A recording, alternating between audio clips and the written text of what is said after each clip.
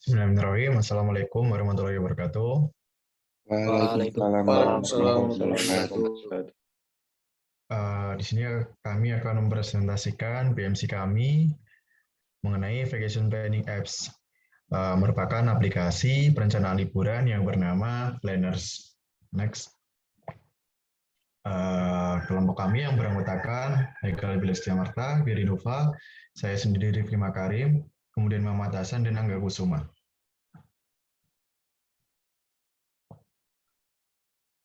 Jadi di sini ada dua permasalahan, yaitu permasalahan waktu dan permasalahan budget. Aplikasi yang kami buat ini berdasarkan keluhan atau permasalahan yang dialami banyak pengguna ketika mereka akan merencanakan atau pergi liburan, terutama bagi pengguna yang tidak mampu mengelola budget dan waktu yang mereka miliki ketika mereka ingin berlibur, sehingga aplikasi ini akan memudahkan pengguna dalam mengelola budget dan waktu yang dimiliki.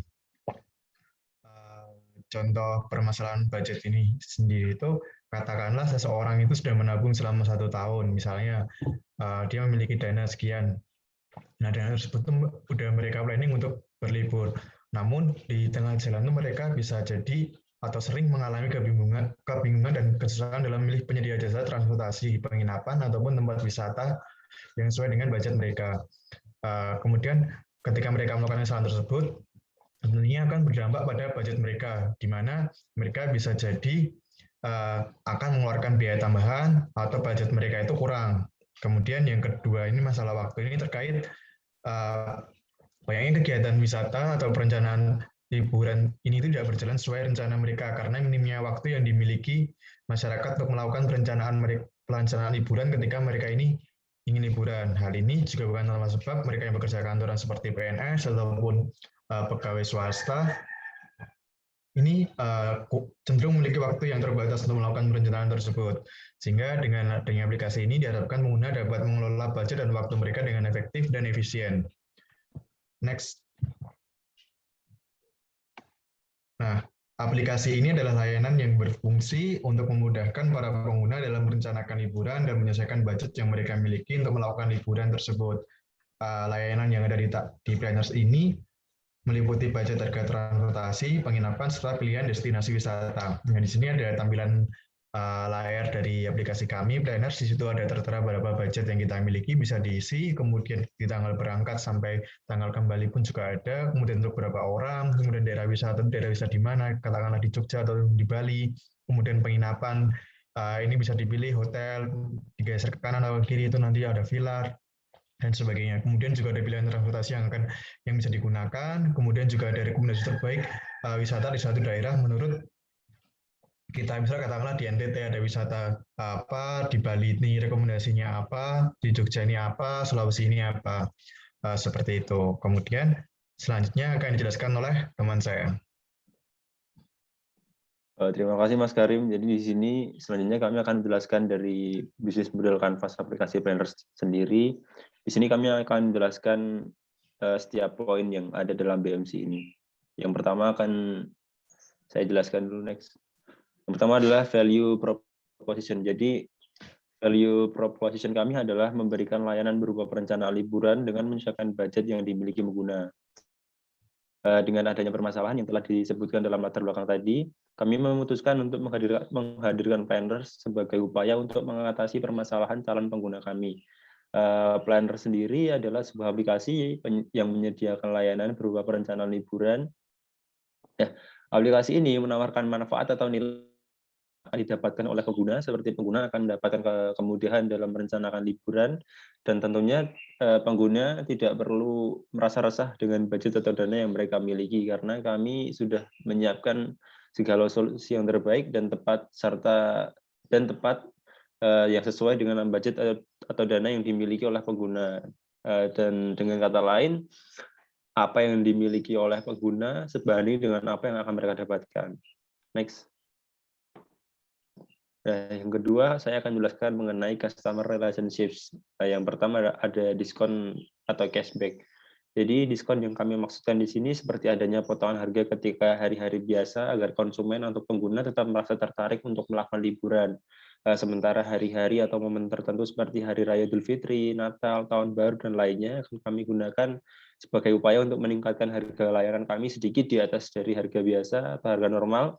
Karena pada momen ini biasanya banyak konsumen atau pengguna yang menginginkan untuk melakukan liburan daripada hari-hari biasanya, sehingga otomatis penggunaan layanan ini pada waktu-waktu tersebut pasti akan jauh lebih meningkat. Kemudian dalam hal pengembalian dana atau cashback, kami akan memberikan fitur-fitur tersebut ketika pengguna memesan beberapa paket tertentu atau memesan paket liburan dengan kuantitas yang banyak. Yang kedua adalah quickly email untuk pemberitahuan. Jadi dalam membangun hubungan dengan para konsumen, kami juga menghadirkan fitur quickly email yang ditujukan untuk konsumen atau pengguna agar mereka tidak ketinggalan dan selalu update dengan informasi penting yang berkaitan dengan aplikasi kami atau informasi seputar akomodasi maupun pariwisata. Nah, mekanisme dari fitur ini sendiri adalah kami akan mengirimkan email secara otomatis kepada pengguna yang telah memiliki akun pada aplikasi kami. Email yang akan dikirimkan kepada para pengguna ini berisikan tentang informasi seputar aplikasi kami, seperti adanya promo atau diskon yang sedang berlangsung, ataupun informasi-informasi lain. Yang ketiga adalah reward untuk pengguna berupa poin.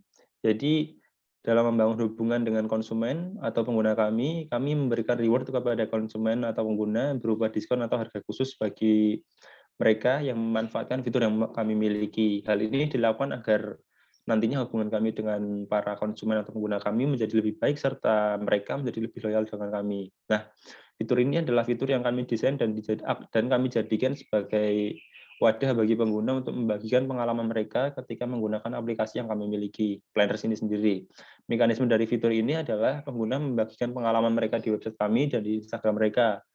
Dengan mereka membagikan pengalaman tersebut, tentunya akan ada atensi dari pihak luar seperti pengunjung di website kami dan para pengikut mereka di sosial media. Sehingga secara tidak langsung hal ini akan menjadikan sarana promosi bagi kami. Nah, ketika mereka telah mengunggah pengalaman mereka di website kami serta sosial media mereka, disitulah mereka akan mendapatkan poin yang nantinya dapat ditukarkan sebagai voucher ketika para pengguna tersebut menggunakan aplikasi kami kembali. Poin selanjutnya akan dijelaskan oleh teman saya. Baik, terima kasih Mas Haikal. Itu poin selanjutnya mengenai channel atau saluran yang dapat digunakan oleh kami untuk menyalurkan aplikasi kami kepada konsumen. Yang di sini terdapat 3 poin. Yang pertama yaitu Play Store dan App Store. Nah, tim kami itu memanfaatkan adanya perkembangan teknologi itu dengan memanfaatkan platform Play Store ataupun App Store, di mana yang seperti yang kita ketahui itu Play Store dan App Store itu adalah platform pencarian atau toko aplikasi dengan fitur yang sangat lengkap dan sangat digunakan oleh banyak masyarakat luas di seluruh dunia saat ini. Nah, dengan demikian kami beranggapan bahwa pengguna akan lebih mudah dalam menemukan aplikasi kami ketika kami menaruhnya pada pengunduhan di App Store ataupun Play Store. Nah, selanjutnya ada social media ads dan Instagram. Nah, kami akan membuat salah satunya itu akun Instagram, di mana dalam akun Instagram nantinya itu kami akan melampirkan mengenai fungsi, manfaat, kelebihan, serta pengalaman dari konsumen yang telah menggunakan aplikasi kami. Dengan demikian para calon konsumen pun dapat mengetahui seberapa besar manfaat dari aplikasi kami. Nah, adapun dengan social media ads nantinya itu kita akan menggunakan fitur iklan yang ada pada sosial media seperti yang ada di Instagram, Twitter, Facebook, dan yang lain sebagainya. Dengan fitur iklan tersebut nantinya kita itu akan lebih mudah dalam menjangkau atau mencapai target segmen pasar kita. Hal tersebut karena dalam pengaturan dalam Instagram atau Facebook Ads nanti itu kita dapat memasukkan target pasar kita itu seperti apa saja. Nah, yang selanjutnya yaitu ada website. Nah, seperti yang kita ketahui itu website merupakan kumpulan halaman pada suatu domain internet yang dibuat dengan tujuan tertentu dan saling berhubungan. Nah, dalam website nantinya kita itu akan menyampaikan mengenai fungsi, sistem kerja, promo yang diberikan, dan hal yang lainnya yang menyangkut tentang vacation planning apps. Nah, selain itu di dalam website-nya nanti kita juga akan menyediakan tempat untuk pemberian feedback dari para calon konsumen dari para konsumen yang telah menggunakan aplikasi kami. Nah, dengan demikian aplikasi kami itu akan terhubung dengan konsumen yang ada. Next. Yang selanjutnya yaitu revenue stream atau pendapatan yang kita peroleh. Nah, di sini terdapat 4 poin. Saya akan menjelaskan yang pertama, yaitu mengenai biaya administrasi dari pelanggan. Jadi pendapatan kita yang pertama itu melalui biaya administrasi dari pelanggan. Nah, keuntungan tersebut kami peroleh ketika pengguna memilih destinasi untuk liburan dengan biaya yang sesuai dengan budget mereka. Nah, dengan pengguna menuliskan budget mereka, maka rincian harga mulai dari transportasi hingga destinasi wisata mereka, nantinya mereka akan memperoleh biaya mereka. Nah, dengan biaya yang dikeluarkan oleh pelanggan tersebut, kita akan mengambil keuntungan sebesar 5%. Selanjutnya yaitu ada biaya kontrak dan kerjasama penyedia jasa. Nantinya pihak kami akan melakukan sebuah kerjasama dengan penyedia jasa, mulai dari transportasi hingga destinasi. Nah, ketika pihak penyedia jasa telah menyetujui kontrak tersebut, maka kami akan mengenakan potongan sebesar 10% dari pendapatan yang diperoleh oleh penyedia jasa tersebut. Dengan demikian itu termasuk dari pendapatan kita. Yang selanjutnya yaitu adalah penyedia iklan pada website. Nah, dalam iklan website nanti kami akan menerima pengiklanan dari perusahaan-perusahaan yang menurut kami cocok dengan aplikasi kami. Selain itu, kami juga akan memilih atau membuka kepada perusahaan besar yang ingin masuk ke kerjasama sponsor. Sedangkan perusahaan yang masih kecil itu kita dapat melakukan kerjasama partnership. Nah, dengan demikian kerjasama sponsor tadi dapat masuk kepada pendapatan kita. Dan yang terakhir yaitu adanya menerapkan in-app application purchase. Nah, di sini kita itu para pelanggan konsumen yang telah mendownload aplikasi kami nantinya akan ditawarkan sebuah voucher diskon, di mana voucher diskon itu dapat mereka dapatkan dengan membeli voucher tersebut. Dengan keunggulan yang ada nantinya para pelanggan tentunya akan tertarik dengan adanya voucher tersebut. Nah, pembelian uang yang diberikan oleh pelanggan tersebut nantinya akan masuk ke pendapatan kita. Jadi sekian penjelasan mengenai revenue stream, selanjutnya akan disampaikan oleh teman saya. Baik, terima kasih Mas Hasan. Selanjutnya ada target konsumen. Di sini kami menargetkan 2 target konsumen, yaitu di sini ada pelajar atau mahasiswa yang memiliki budget yang terbatas, serta pekerja kantoran atau sejenisnya tidak memiliki banyak waktu luang. Nah, di sini kami berusaha untuk menghadirkan solusi agar permasalahan yang ada tersebut seperti budget yang terbatas dan waktu luang ini dapat teratasi sehingga mereka dapat dengan mudah melakukan perencanaan liburan mereka. Next. Nah, selanjutnya ada key partners. Key partners ini kami ada 5. Yang pertama ada bank dan fintech untuk mendukung pembayaran. Nah, di sini fungsi dari bank dan fintech ini adalah sebagai penghubung dari pelanggan dan kepada pihak kami. Jadi nanti pelanggan ketika membayarkan biaya jasanya akan disalurkan melalui bank dan fintech ini. Lalu kemudian ada perusahaan penyedia jasa transportasi. Nah, di sini meliputi perusahaan bus, kereta, dan pesawat. Nah, pemilihan transportasi ini akan berguna pada pengguna sehingga pengguna dapat memilih dengan bebas mana yang akan mereka gunakan. Apakah nanti mereka akan menggunakan pesawat, kereta, ataupun bus dengan disesuaikan dengan budget yang mereka miliki. Nah, aplikasi ini akan memberikan informasi yang berkaitan dengan harga, waktu, dan tanggal keberangkatan, stok persediaan tempat duduk, maupun tiket dari transportasi tersebut. Kemudian yang selanjutnya ada perusahaan penyedia jasa penginapan. Nah, di sini meliputi hotel, villa, resort, hostel, maupun guest house. Nah, di sini juga akan ditampilkan informasi seperti harga, ketersediaan penginapan, fasilitas penginapan, lokasi, serta waktu check-in maupun check-out. Nah, di sini juga pengguna akan direkomendasikan penginapan yang sesuai dengan budget mereka, tapi juga pengguna dapat memilih jasa penginapan yang mereka inginkan dengan budget yang mereka miliki. Lalu selanjutnya ada pengelola destinasi wisata. Nah, di sini pengguna akan disajikan informasi mengenai gambaran tempat wisata, detail lokasi wisata, biaya retribusi masuk tempat wisata, serta fasilitas yang terdapat pada tempat wisata tersebut. Nah, di sini memudahkan pengguna untuk menentukan destinasi wisata yang akan mereka kunjungi untuk perencanaan liburan mereka. Kemudian yang terakhir ada pengembang aplikasi. Karena produk ini berbasisnya teknologi serta aplikasi yang nantinya akan dihadirkan pada Play Store dan App Store, maka kami membutuhkan kerjasama dengan perusahaan lain yaitu pengembang aplikasi.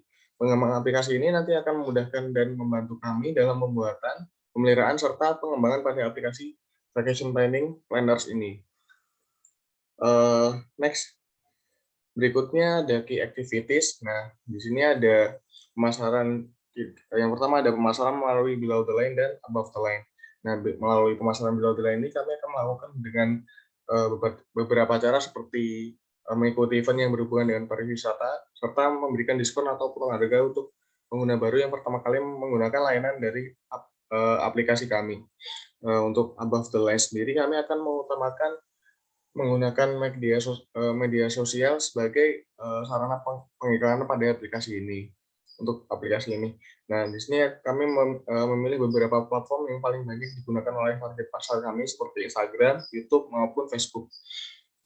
Selanjutnya ada pembuatan konten di sosial media. Nah, di sini pembuatan konten ini bertujuan untuk menarik pelanggan, juga serta meningkatkan awareness calon pengguna kami, serta menginformasikan layanan apa saja yang kami tawarkan pada aplikasi kami, sehingga para konsumen atau calon pengguna ini juga mengetahui keberadaan aplikasi ini dan bisa menjadi opsi bagi mereka ketika ingin merencanakan liburan.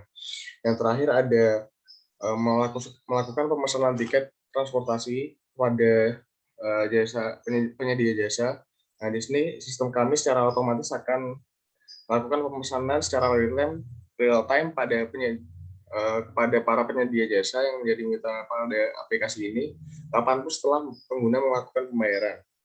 Nah, di sini kami ingin bahwa pengguna tidak merasa khawatir kepada layanan kami karena pesanan mereka segera terkonfirmasi. Seperti itu. Selanjutnya akan dijelaskan oleh teman saya, Jadi. Ya, terima kasih Mas Angga.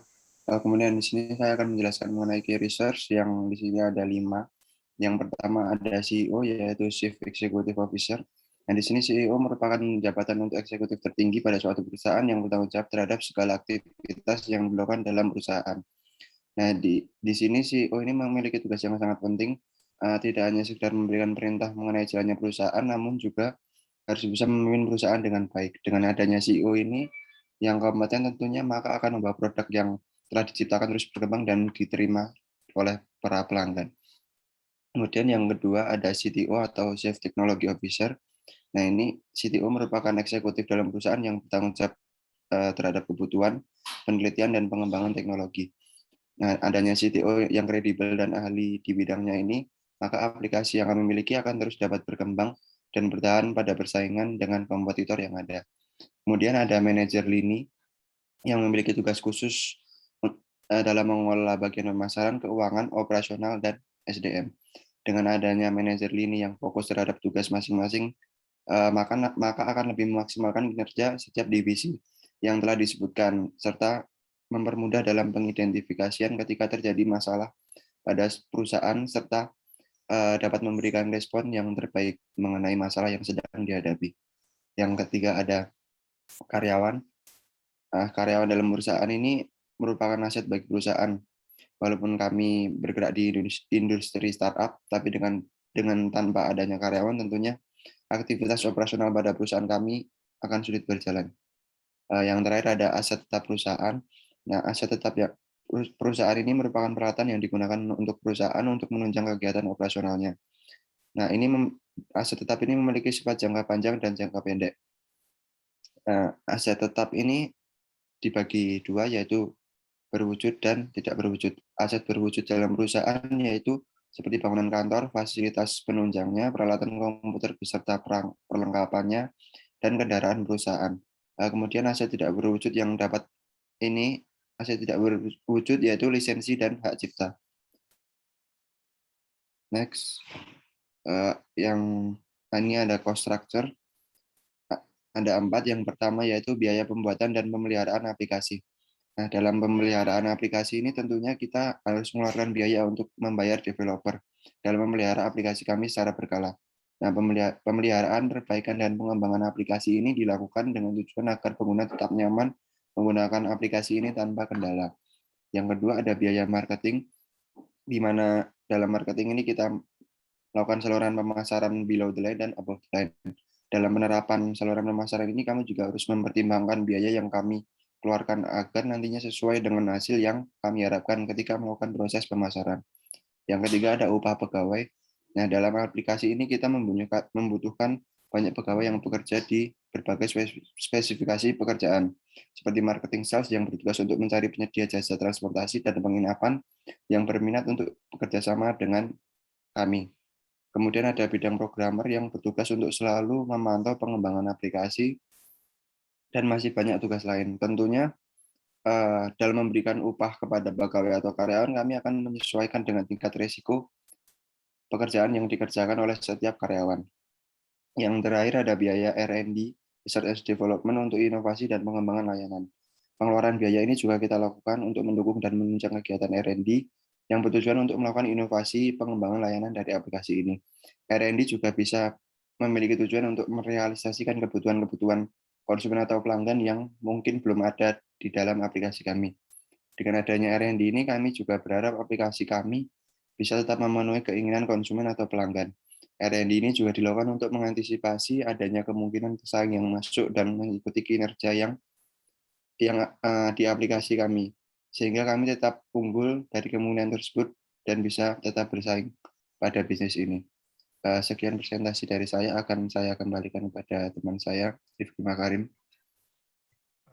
Itu di pemaparan presentasi PMC dari kelompok kita.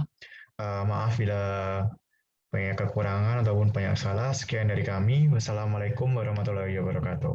Waalaikumsalam warahmatullahi wabarakatuh.